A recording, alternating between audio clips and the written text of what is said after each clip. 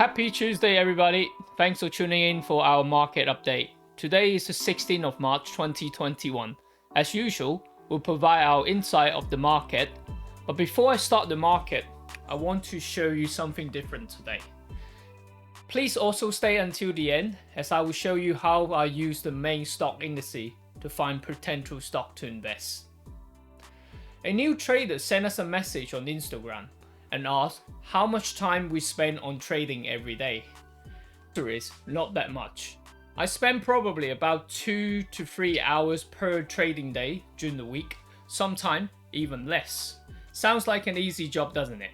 The reason why I only spend short period of time during the trading days is due to the years of hard work on learning the behavior from the market.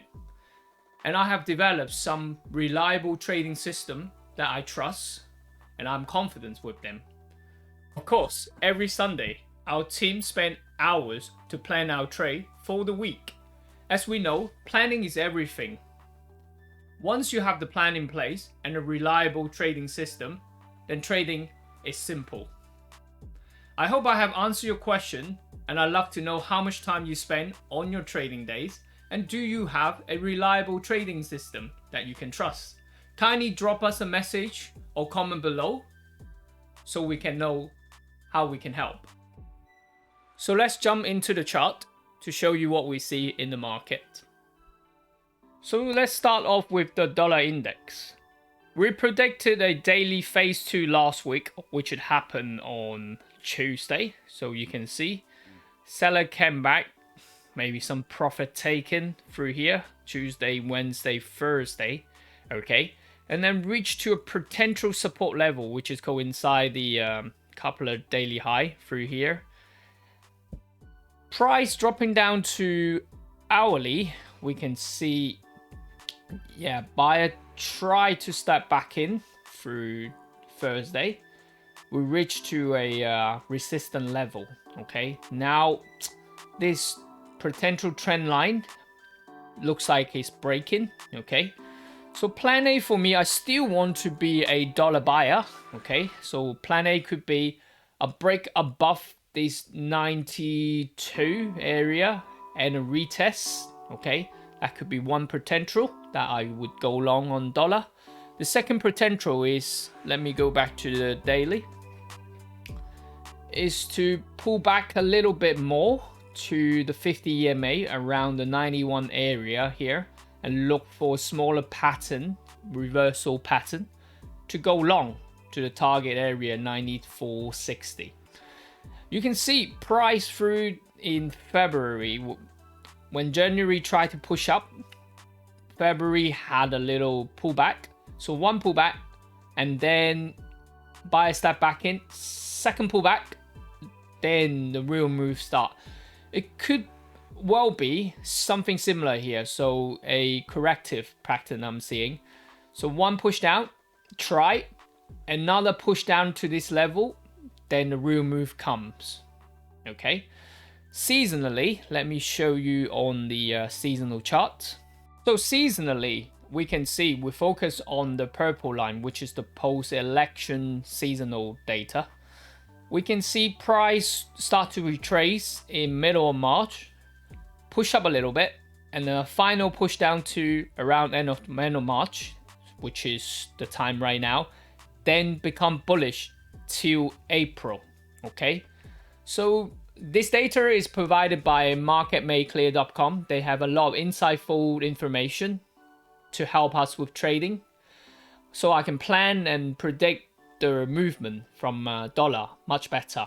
I'll send the link below. You can check it out for yourself. Let's go back to the chart. Going back to the chart of dollar index. So plan B looks more likely at the moment. Tomorrow is FOMC. We may see a price spike down to this level, and then the real move come maybe in the evening or Thursday morning to push up. So pay attention to that, okay? I would like to show you a trade that we took last week, selling against the dollar. Like we said last week, we could see a potential pullback on dollar index, which we did. Therefore, I picked Aussie dollar to go long. So I was buying the Australian dollar against the US dollar. Let me show you the trade. So Australian dollar against the US dollar. Last week I took the trade, I think it was Wednesday morning. When I dropped down to the hourly chart, I'll show you exactly where I got in. We saw price pulling back last week or the week before on the 5th, made a low test bar, and then on Monday was a inside bar. Tuesday was a bullish outside bar. Dropping down to the hourly, you will see I draw the trend line through here. When I saw that daily phase 2 potentially is coming to the end, a pattern form, all right? So a double bottom, and then that was the trend line through here. When price smashed through this trend line, which is Tuesday afternoon, evening, I set a limit order on the trend line. Got quite lucky, actually. Sometimes you need a little bit of luck in trading. Triggered right around this circle area. Then the first profit I took was on Thursday morning around this area, okay? And then left half of the trade and kicked me out. I think it was, yeah, it was Friday morning, which is fine. A little profit over there. Okay, this Aussie dollar, US dollar long trade was a short term. Let me explain my reasoning on that. First, Australian dollar, US dollar was still on a daily uptrend. Okay, so it's a strong bias to buy. Secondly, I also wanted to be a short-term dollar seller. The reason why I wanted to be a dollar seller because I predict that will be a daily phase 2 and it's only short-term. Therefore, I pick Aussie as its uptrend and also one of the strongest currency to capitalize on dollar index phase 2. And when it's phase 2, I know the momentum is short period of time. And eventually, like this week, I'm planning to buy dollar. Therefore, the trade last week is short term. I understand for a new trader, it might be a bit difficult to plan long term or short term. Therefore, we use a lot of market correlation, seasonal data, COT data to help us to predefine, is it a short term trade or is it a long term trade? Again, Market Made Clear had loads of insightful data to help you. The link will be below, okay? Check it out for yourself. Okay, now go back to the main plan this week. I want to be a dollar buyer, but as you know, I do not buy dollar index directly. So I need to look for something to buy the dollar against with. Euro dollar is top on my list. Let me show you the chart. We can see on the daily chart, we're on a daily downtrend. Some strong selling momentum. A pullback through here, okay, and then sellers try to step back in. Dropping down to the hourly, you'll see a clearer picture. So price tried to reject around this 1.2 level. However, I really need to see a clear direction first before I take any action. That blue box right here is one option. Plan A is to cleanly break the 119 level, stay below, retest, and then I may consider to take a short position. Other scenario, like what I just talked about on dollar index, we could see a spike tomorrow through FOMC, spike up back to the 1.2 level, this blue box here, right? May even smash through, okay? Then if price come back below here, that could be my first trade to take euro dollar short. So keep an eye on FOMC tomorrow.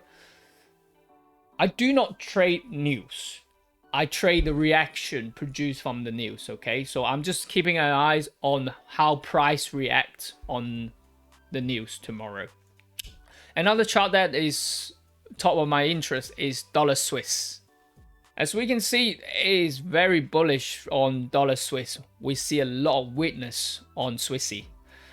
The move came from February, mid-February, all the way up to 9th of March. which is great. So last week, dollar index was in phase 2, but barely any selling momentum here. So clearly, we are seeing a lot of weakness on Swissy. When you trade currency, one thing that I use the most is find the weakest to sell and the strongest to buy. So now it's indicating that Swissy is one of the weakest currency. So therefore, I'll wait for the opportunity to sell Swissy. Dropping down to hourly, you can see I predetermined 2 areas. Scenario A is to break this potential inverted head and shoulder, a break of this neckline and retest above also the weekly pivot 93 area could be. We are going to see a drop from the FOMC meeting tomorrow. I'm keeping my close eye around the 92 area, see how price react. Also, there is a weekly S2, a very significant support level. So around this area, depending on price action, you know, I will look to enter around this area. So that's my my plan. What's my target on dollar Swiss? I think I'm aiming for just under the 96 area as a long-term trade.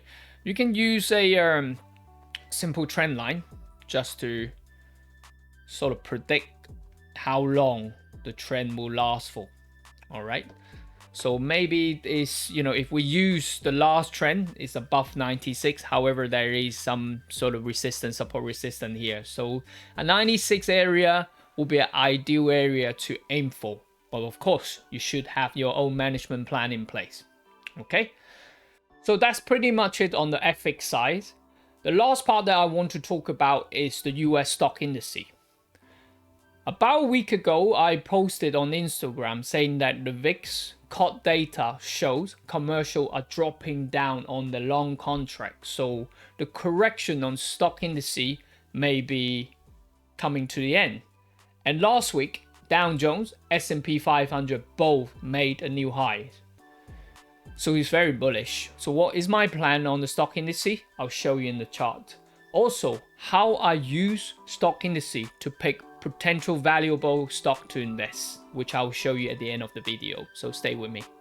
So S&P 500, as you can see, last week, actually it was yesterday, that broke the all-time high, which is here in February 16. So it broke the all-time high yesterday. I placed it a limit order today to go long short term. You know, you can see it broke off this resistance. I just set a retest around here. Target just under 4,000, which is a big psychological number. Would that trigger it? I don't know, but that's how I trade. Let's see what happened. But it's very short term. My longer term plan, I'll drop back down, actually going back up to the daily chart. I really like to see a pullback, a daily pullback to make a higher low, potentially probably around the 3,840 area. Certainly, I don't want it to break below the 3,060. So let's see how price reacts, and then we, you know, plan accordingly then. Let's go to the seasonal chart to show you. Okay, seasonal data show a little bit choppy around the early March, middle March period, but 3 lines, so the post-election weighted average and the blue line, all pointed upward from sort of the end of March to a bullish run. So therefore, I'm planning to be a buyer on S&P 500. I know some of you might think, oh god, the chart looks very high, too high, just make another all-time high. Stock indices tend to make highs, make new highs all the time. So please do not think it's too expensive, it's too high to buy. We're simply using the trend as a momentum and follow that until it bends. So I'm happy to be a buyer on S&P 500. Dow Jones also, you can find a relevant support to go long. The one that I got my most interest actually is NASDAQ. Let me show you why. Nasdaq was selling the hardest out of the 3 US stock indices. You can see, boom, strong selling momentum, tried to come back and then sells again. Found support through this area last week. But the differences between Nasdaq and S&P 500 or the Dow Jones is Dow Jones and S&P 500 made a new high. Nasdaq has not. It's still actually on a daily downtrend. So if Nasdaq is selling the hardest, the most bearish stock indices out of the 3 main US indices, what does it tell me? Most of the technology companies listed on Nasdaq. So if Nasdaq index selling the hardest, meaning that could be some bargain, some sale on technology stock. Therefore, I did some digging and I found quite a few of the technology stock did drop quite hard, so I corrected a little bit, which give us good opportunity to start accumulating for investing. I will show you a couple of stocks that I'm interested to invest, and hopefully it will benefit you as well. Let me show you. So Tesla. Tesla is one of the stock that I'm keeping my eyes on it. I personally think EV market has high demand, and Tesla obviously done very well since last year. Now we can see price from all-time high, which is I think just above 900 or around the $900 mark, start correcting to 530.40 mark last week, and buyer tried to step back in. All right, we are running to a little bit of resistance in this area. What I like to see is a final push down through here, and then we find buyers again around the 530, 560, this sort of area. I'll use the support from Nasdaq as well. So I want to see Nasdaq to find support, also Tesla find support. Then I might consider to buy a little bit of Tesla stocks. However, I personally like to invest on Chinese EV companies more. Reason being is China has the highest demand for EV. Also, I personally think the Chinese will build the infrastructure fully for EV sooner than anyone else. And one particular company stand out to me the most is NIO. I haven't driven the car, but it looks nice. And the fact is they started with the SUV, which is a very good tactic. As we know, SUV is the most popular car range out of any car manufacturer. The other factor for me to consider NIO stand out from the crowd is the battery subscription. Meaning you don't own a battery, you pay a subscription fees, you get unlimited battery swap, which is very forward thinking. Okay, finding charging station, time to charge the battery is a high concern for EV owner. Also, sometimes you get anxiety. Oh God, I can't find a charging station. Okay, swapping battery takes minutes, and they are everywhere in Shanghai when they build the infrastructure. So, which is excellent, I think. Second main factor is batteries sometimes get deteriorate. Would the range or the power get impacted when the battery drop the level or get deteriorate? We don't know. However, with the battery subscription, you don't need to worry about that. So fundamentally, I'm very happy with NIO. So let me show you the chart of what I see on a technical standpoint. Okay, this is the NIO daily chart. We can see all-time high is $67. Price went up significantly from $4 or $5 last year June, bang. So you know, more than 10 times return, 1,000% return on NIO. Price started to pull back to a level around 46, which I already started to accumulate some around, I think 40, I got in about $44, something like that. Okay, price then dropped lower. Okay, which is fine. It's very difficult to time when is the lowest anyway. Okay, and I'm happy with the infrastructure, the fundamental of NIO, so happy to hold on it for a long period of time. Therefore, start accumulating around the 40 something area It's not a problem at all. Yeah, price did drop lower. So what I see now is I will correlate that with Tesla, Nasdaq, and see how the market reacts. I like to see price to drop, push one again around the 32 area, then I'll start accumulating more around here. If it drop lower around here, then I will buy my final bit. So I separate into like kind of like 30, 40%, something like that in there. I never buy 100% when I see, oh, it dropped now, I buy 100%. It's very, very important that you get a average portfolio. Another factor is I'm not just investing on NIO. I have other electrical car company, EV company that I'm intending to invest, plus other technology company that is already on my eyes to invest as well. I know there's many detail required for successful investing and trading. So therefore, as we speak, we're trying to build a simple educational platform in the most cost-effective way. The most challenging bit is to keep the cost low. Therefore, we're doing the videos and the editing ourselves. Of course, it's very challenging as we are not a professional video editor, but we are trying our best to put everything together so you can share our knowledge. As always, your support will be highly appreciated. So a thumbs up or subscribe to our channel so we can keep you posted of our progress.